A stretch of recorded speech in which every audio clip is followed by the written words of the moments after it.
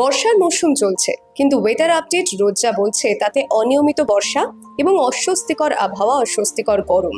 কিন্তু তার মধ্যেই এবার এক পশলা ভারী বৃষ্টির মতো এই শহরে আসতে চলেছে 11ই জুলাই একটি অনুষ্ঠান, রাগ সঙ্গীতের রবি রাগ। এবং সেই অনুষ্ঠানেরই রিহার্সাল চলছে। সেই রিহার্সালে আমরাও রয়েছি কিছুক্ষণ তাদের সঙ্গী হতে। এবং সেই রিহার্সালে যারা রয়েছেন একঝাঁক তারকা শিল্পী, তাদের সঙ্গে কথা বলবো। কেন অনুষ্ঠান, কবে অনুষ্ঠান, কোথায় অনুষ্ঠান, সবটা জানতে পারবেন। আসুন আমার সঙ্গে।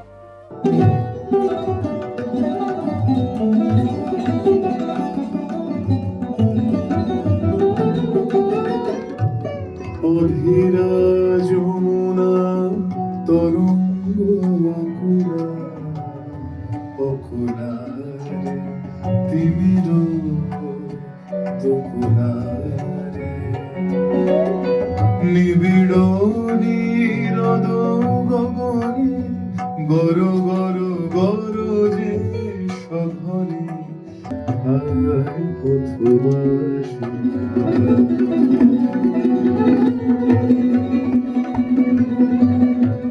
এই ক্ষণিকের পাতার কুটিরে প্রদীপ আলোকে সুধীরে ধীরে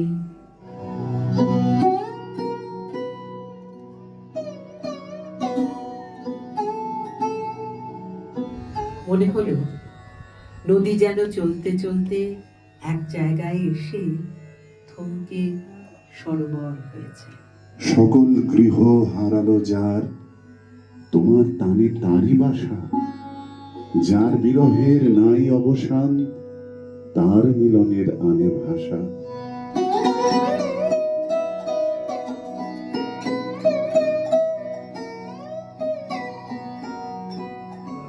ঝরো ঝরো বরিশে বাড়ি ধারা। দিদি, ওয়েদার আপডেট তো বলছে যে বর্ষা ভীষণ অনিয়মিত, আমরা একটা অস্বস্তিকর গরমের মধ্যে দিয়ে যাচ্ছি, তার মধ্যে কি এই অনুষ্ঠান এক পশলা বৃষ্টির মতন শহরে নামতে চলেছে? ঠিক তাই, মানে বর্ষায় আমাদের অনেক অসুবিধে হয় ঠিকই, কিন্তু আমার তো বর্ষাকাল প্রিয় ঋতু। মানে যদিও রাস্তাঘাটে বেরোলে সত্যি সাধারণ মানুষ অসুবিধায় পড়েন, আমরাও পড়ি, কিন্তু এই কালটা না থাকলে কি এত সৃষ্টি হতো? রবীন্দ্রনাথের বর্ষার গান, বর্ষার কবিতা, বারবার ওনার বিভিন্ন লেখার মধ্যে বর্ষা এমনভাবে এসেছে, আর তার প্রতিটি কথা আমাদের ভেতরে গিয়ে কোথায় যে একটা ধাক্কা দেয়। সুতরাং বর্ষাকাল থাকবেই, যতই অসুবিধে থাক, সমস্যা থাক, বর্ষাকাল থাকবে, অবসর থাকবে, রোম্যান্টিসিজম থাকবে। বর্ষা আমার প্রিয়, এবং আমার নিশ্চিত ধারণা রবি রাগপথে এই অনুষ্ঠান অত্যন্ত সফল হবে। আমরা নিজেরা যারা অংশ নিচ্ছি এই যে রিহার্সালে, আমি তো নিজে খুব উপভোগ করছি। মনে হচ্ছে এই রিহার্সাল রুমে বোধহয় বৃষ্টি আসছে, রাগ রাগিনীর মধ্যে দিয়ে, গানের মধ্যে দিয়ে, কথার মধ্যে দিয়ে আমি খুব উপভোগ করছি।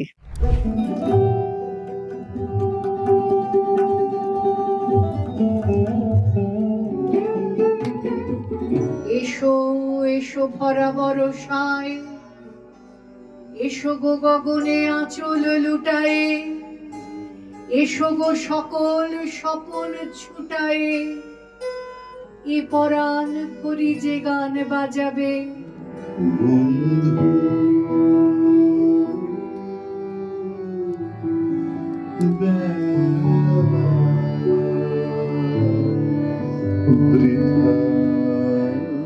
আমরা অনুষ্ঠানটার একেবারে রিহার্সালের পর্যায়েটা দেখলাম, সেইটা শুনেই মনে হচ্ছে যেন বৃষ্টি অলরেডি নেমে এসছে। আর মঞ্চে কি হতে চলেছে খানিকটা ধারণা করা সম্ভব হচ্ছে বোধহয়। দর্শকদেরকে কি বলবেন দাদা? এইটুকুই বলার যে রবি রাগপথে সিজন 2 যখন এই কথাটা বলছি, তার অর্থ যে তার একটা সিজন 1 হয়েছে, সেটা গত বছর হয়েছিল। এবং এই ভাবনাটা প্রধানত যিনি আমাদেরকে দিয়েছিলেন, তিনি আমাদের সকলের প্রিয় কবি শ্রদ্ধেয় শ্রী জয় গোস্বামী। রবি রাগপথে নামটাও তারই দেওয়া, শীর্ষ নামটা। রবীন্দ্রনাথ ভারতীয় মার্গ সঙ্গীতের যে সমস্ত রাগরাগিনী আছে, তার একটা কি বলবো, ট্র্যাডিশনের দিক থেকে তার একটা ছবি আমরা দেখতে পাই। কিন্তু রবীন্দ্রনাথ ওই সমস্ত রাগরাগিনীর ছবি অনেক ক্ষেত্রে যেভাবে এঁকেছেন, সেগুলো সবসময় শাস্ত্রীয় সঙ্গীতের বাঁধা রাস্তায় যায়নি। এটা একান্তই রবীন্দ্রনাথের নিজস্ব ভাবনা ছিল, তার নিজস্ব ইমাজিনেশন ছিল, তার কল্পনা ছিল। এবং ঠিক সেই সমস্ত রাগরাগিনী আমরা রবীন্দ্রনাথের বর্ষার কিছু গানের ভেতরে আমরা সেই রাগরাগিনীগুলোকে দেখব। কিন্তু মানুষটা যেহেতু রবীন্দ্রনাথ, সেই জন্য সুরগত দিকটা যেরকম থাকবে, তার কাব্যের দিকটাও থাকবে। এইখানে আমাদের বিশেষ করে বলার কথা যে কাব্যের দিক থেকে যেভাবে এই গানগুলোর ভেতরে রাগরাগিনীকে আমরা দেখব, সেই কাব্যের যে নির্বাচন, যে অংশগুলো যেগুলো পড়া হবে সেদিনকে, সেটা ঠিক বাঁধা রাস্তায় আসবে না, কিন্তু সেটাও বাঁধা রাস্তায় আসবে না। কিন্তু সেটা কিভাবে আসবে সেটা এই মুহূর্তে শ্রোতাদের সামনে আমি বলে দিতে চাই না। সেই আস্বাদটুকু নেওয়ার জন্য সেদিন প্রেক্ষাগৃহে উপস্থিত থাকতে হবে সবাইকে। আর কথাটাও বলবো যে বেঙ্গল ওয়েব সলিউশন এরকম একটা ভাবনা আমরা যে মঞ্চে শ্রোতাদের সামনে নিয়ে আসতে পারছি, এই আয়োজন তারা আমাদের হয়ে করে দিচ্ছেন, তাদেরকে আমার অনেক ধন্যবাদ এই সূত্রে আমি জানিয়ে রাখি।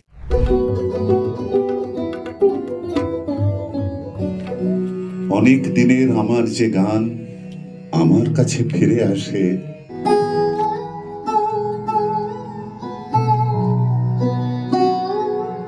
একেবারে সব তারকা শিল্পীদের নিয়ে কিন্তু এই অনুষ্ঠান আসতে চলেছে 11ই জুলাই। আমি শোভনের কাছে একটু প্রথমেই আসি যে তুমি তো নিজের প্রতিভাতে এমনিতেই ভীষণ উজ্জ্বল, কিন্তু সেই সঙ্গে এত প্রতিভা যাদের রয়েছে সেই সমস্ত সিনিয়রদের সঙ্গে একটা মঞ্চ শেয়ার করতে পারে, এটা কতটা এক্সাইটিং? প্রথমত এই এক্সপিরিয়েন্সটা আমার কাছে প্রথমবার, এবং তাই জন্য আমি শ্রোতার চেয়ারেই রয়েছি। লোপাদি, শ্রীকান্তদা, তেজেন কাকু সবাই মিলে গাইবে এবং আমি শুনবো। সবাই বাজনা হচ্ছে, এত অসাধারণ মিউজিক হচ্ছে এবং আমি গাইছি, কিন্তু শ্রোতাটাই বেশি আমি এই ক্ষেত্রে। এদেরকে পাশে বসে শুনতে পাচ্ছি, এটা একটা মানে প্রথমবার আমি এর কিরকম অনুষ্ঠানে, কিউরেট অনুষ্ঠানে থাকতে পারছি, সেটা আমার কাছে সব থেকে বেশি পাওয়ার আনন্দ হচ্ছে সবাইকে শুনতে পেয়ে একসাথে। রিহার্সাল চলাকালীন আমি দেখছিলাম যে শ্রীকান্ত দাস সমানে তোমাকে কিন্তু গাইড করছিলেন বিভিন্ন জায়গায়, সেই গাইডেন্স গুলো নিশ্চয়ই মানে ভীষণ এনজয় করছো সেটা। যে বিষয়টা নিয়ে অনুষ্ঠানটা, সেই বিষয়টাতে আমি খুবই কি বলবো, আমার শিক্ষা দীক্ষা কম, সেই জন্য আমি শিক্ষকদের ধরে নিয়ে শিক্ষকদের সাথেই গাইছি। তেজেন কাকু, লোপাদি, শ্রীকান্তদা সবাই শিখিয়ে দিচ্ছে যেটুকু, সেটুকুই আমি গাইছি, তার বেশি কিছু নয়। এখানে পাখামি মারার জায়গাই না একদম।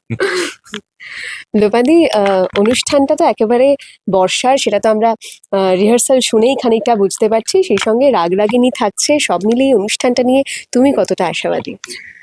অনুষ্ঠান তো মানে বিষয়টা দারুণ হবে, এটা নিয়ে কোনো রকম কোনো সন্দেহই নেই। আর সত্যি কথা বলতে কি, যা মানে প্রত্যেকটি রিহার্সালে অভিভূত হয়ে যাচ্ছি, আর বারবারই ওর কথাই মনে হচ্ছে যে দর্শক আসনে থাকলেই বোধহয় ভালো হতো। তা সেই ক্ষেত্রে সবাই মিলে, আর সত্যি কথা বলতে কি, ও যেমন সবচেয়ে ছোট ঠিকই, তেমন ব্রততী, শ্রীকান্ত, তেজেনদা এদের শুনে আমি সবাই মিলে ভালোবেসে একটা অনুষ্ঠান হচ্ছে, আর কিছুই না। কিন্তু বিষয়টা দারুণ, মানে যারা শুনবেন না তারা মিস করবেন। এই ভাবনাটাতে যখন তোমাকে ইনক্লুড করা হলো তখন মানে কি মনে হচ্ছে, মানে কতটা লাকি? না না, আমি যথেষ্ট ভয় পাই এইসব জায়গায় থাকতে। এই সমস্ত ব্যাপারে আমাকে শ্রোতা হিসেবে ডাকলে আমি অত্যন্ত আনন্দিত হতাম, এবং সেটাই আমি বারবার বলছি যে আমি শ্রোতা হয়ে থাকলে ভালো হতো। কিন্তু যাই হোক, থাকছি আমি। লাকি কিনা জানি না, তবে একটা কিছু হবে। ঠিক, অনুষ্ঠানটা খুব সুন্দর হতে চলেছে এবং একঝাঁক তারকারা যখন মঞ্চে থাকবেন, এত সুন্দর একটা প্রোডাকশন হতে চলেছে, সেটা নিয়ে তো কোনো ডাউট থাকার কথাই নয়। তবে দর্শকদেরকে বলো যে কবে, কখন, কোথায়, সেটা যদি একটু বলে দাও। আগামী 11ই জুলাই রবীন্দ্র সদন, সন্ধে 6টা। সবাই আসুন, একটা অদ্ভুত ভালো অভিজ্ঞতা হবে, এইটুকু বলতে পারি, আর কিছু না।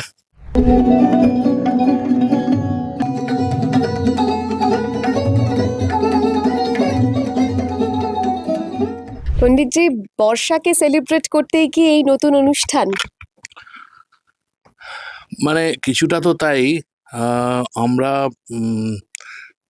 যেভাবে অনুষ্ঠানটাকে ভেবেছি, সেটা হচ্ছে বর্ষা, রবীন্দ্রনাথ এবং রবীন্দ্রনাথের বর্ষার গান, তার মধ্যে অনেক কিছু লুকিয়ে আছে। এবং আমি উচ্চাঙ্গ সঙ্গীত শিল্পী হিসাবে আমার মনে হয়েছে যে অনেক কিছু অনুচ্চারিত অনেক কিছু জিনিস আছে যেগুলো আমরা বার করতে পারি। যে উচ্চাঙ্গ সঙ্গীতের যে রাগের যে ব্যবহার, রবীন্দ্রনাথ সেই রাগকে অন্যরকম চোখেও অনেক নিজের মতো করে ইউজ করেছেন, তার বাণী অনুযায়ী চেঞ্জ করেছেন। তো সেইটার যে সাযুজ্য এবং কোন জায়গা থেকে বেরিয়ে আসছে তার একটা প্রচেষ্টা। এবং সাধারণভাবে বর্ষার যে সমস্ত রাগ আমরা ভাবি মল্লার ছাড়াও অনেক ধরনের রাগে উনি ইউজ করেছেন তার সৃষ্টির মাধ্যমে, সেইগুলোর একটা করার চেষ্টা। এবং এই জন্য আমরা বলছি রবি রাগ। তো রবি রাগ পথে সিজন 2 বেঙ্গল ওয়েব সলিউশন প্রযোজিত এই অনুষ্ঠান। এবং আমার খুব ভালো লাগছে যে আমার সাথে আমার খুব প্রিয় এবং অত্যন্ত সকলের প্রিয় শিল্পীরা আছেন।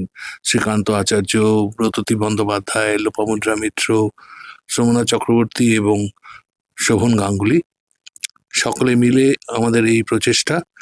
এবং এটি বিন্যাস করেছেন তিনি শৈবাল বসু।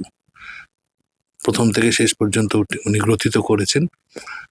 আমি আশা করছি যে সকলের একটু অন্য স্বাদের অনুষ্ঠান সকলের খুব ভালো লাগবে এবং সকলে যদি আসেন তাহলে আরো ভালো লাগবে। কবে হতে চলেছে এই অনুষ্ঠান? 11ই জুলাই রবীন্দ্র সদন সন্ধ্যে 6টায় হতে যাচ্ছে। তাহলে সেই সন্ধেটা কিন্তু একেবারে জমজমাট হতে চলেছে, কারণ একেবারে তারকা শিল্পীরা উপস্থিত থাকবেন মঞ্চের ওপরে। এবং যেমনটা আমি প্রথমেই বলছিলাম যে যেন এক পশলা বৃষ্টি নেমে আসতে চলেছে এই রবি রাগের মাধ্যমে। দেখতে থাকুন দ্য ওয়াল। ক্যামেরায় শক্তিকের সঙ্গে সায়নী, দ্য ওয়াল, কলকাতা।